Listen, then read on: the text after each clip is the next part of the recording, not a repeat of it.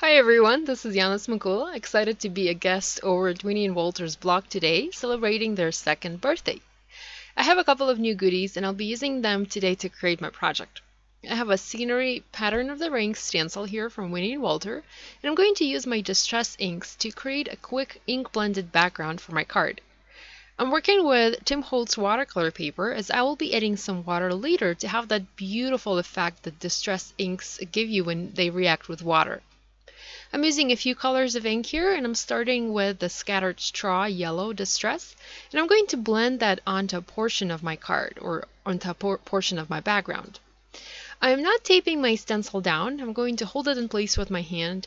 I didn't want to spend time taping it down, plus I knew I'd be picking it up all the time and looking at my pattern. And besides, this stencil is not very detailed, so even if it moves slightly, it's not going to be a big deal for my finished project. In fact, I have another idea in mind, another card idea in mind, where I want to blend the background once and then move the stencil, offset it, and blend another background on top of it using another color. Now, I'm not blending ink like I usually do. I'm using somewhat like a flickering motion here, similar to flickering motion when using Copic markers. So I'm placing the ink blending tool in one spot, so I'm touching the paper in that one spot. I'm moving it away from the center and lifting it up at the same time. I'm not going back and forth. I'm not going in a circular motion. I'm flickering the ink here. You can't really tell it on camera. You'll have to see it from the side and probably in slow motion, but that's what I'm doing. So touching the paper, moving the ink blending tool away from the center, and lifting it up. I'm also lifting up my stencil, checking if I have enough ink, and going back to the ink blending. Now, I have a confession to make. This card was very heavily inspired by Laura Besson. I just love her clean and simple cards. I mean, they are truly clean and, trust me, not so simple, because clean and simple is never simple in reality. But yes, I love her ink blended backgrounds, so this is what I'm going for here. Very clean, very not simple, minimum supplies, and minimum stamping. Now, I use Distress inks for a reason here. I want to add water, and I want to have those beautiful watery spots on my paper.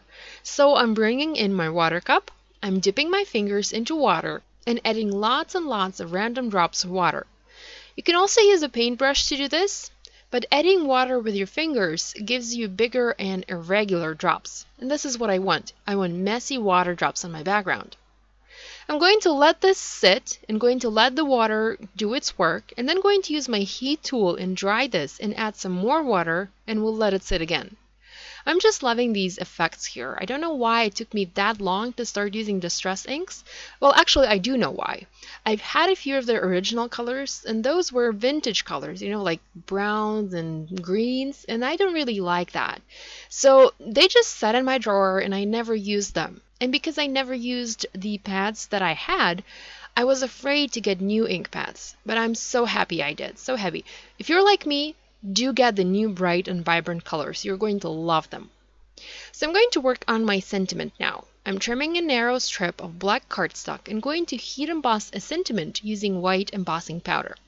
First, I'm treating my cardstock using an anti-static powder to keep embossing nice and clean, and I'm going to use the Wishing You stamp set and heat emboss the All the Happiness in the World sentiment.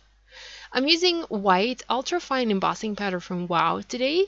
I've been using it lately for my projects, and I really love how detailed it is. But you do need to treat your cardstock very well to have a clean embossed image or sentiment. Now, to get rid of the anti-static powder on black cardstock, I've started using simple pencil eraser. I've seen this done online by someone, I can't remember where I saw it, but this really does erase the powder beautifully. Next, I'm going to stamp the main sentiment, Wishing You, and I'm going to cut it apart. Well, actually, I already did. I cut the U apart from the wishing, as it was a little bit too long for my project. So I've mounted the sentiment onto my clear block, going to use my anti-static powder tool again, and will stamp the sentiment in VersaFine Onyx Black ink. I want to heat emboss it with clear embossing powder, so that's why I'm using VersaFine Onyx Black, which is a fast-drying pigment ink, but it does stay wet long enough for me to pour clear embossing powder on top. And this powder is from Hero Arts. So I'm going to zap it with my heat tool to melt the powder.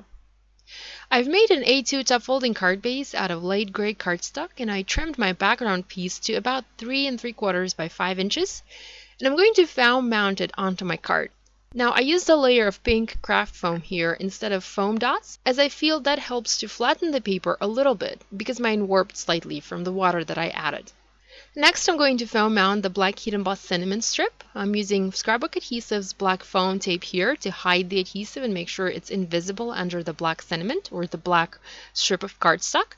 And I'm using grid lines off my cutting mat to make sure I adhere this strip completely straight onto my panel.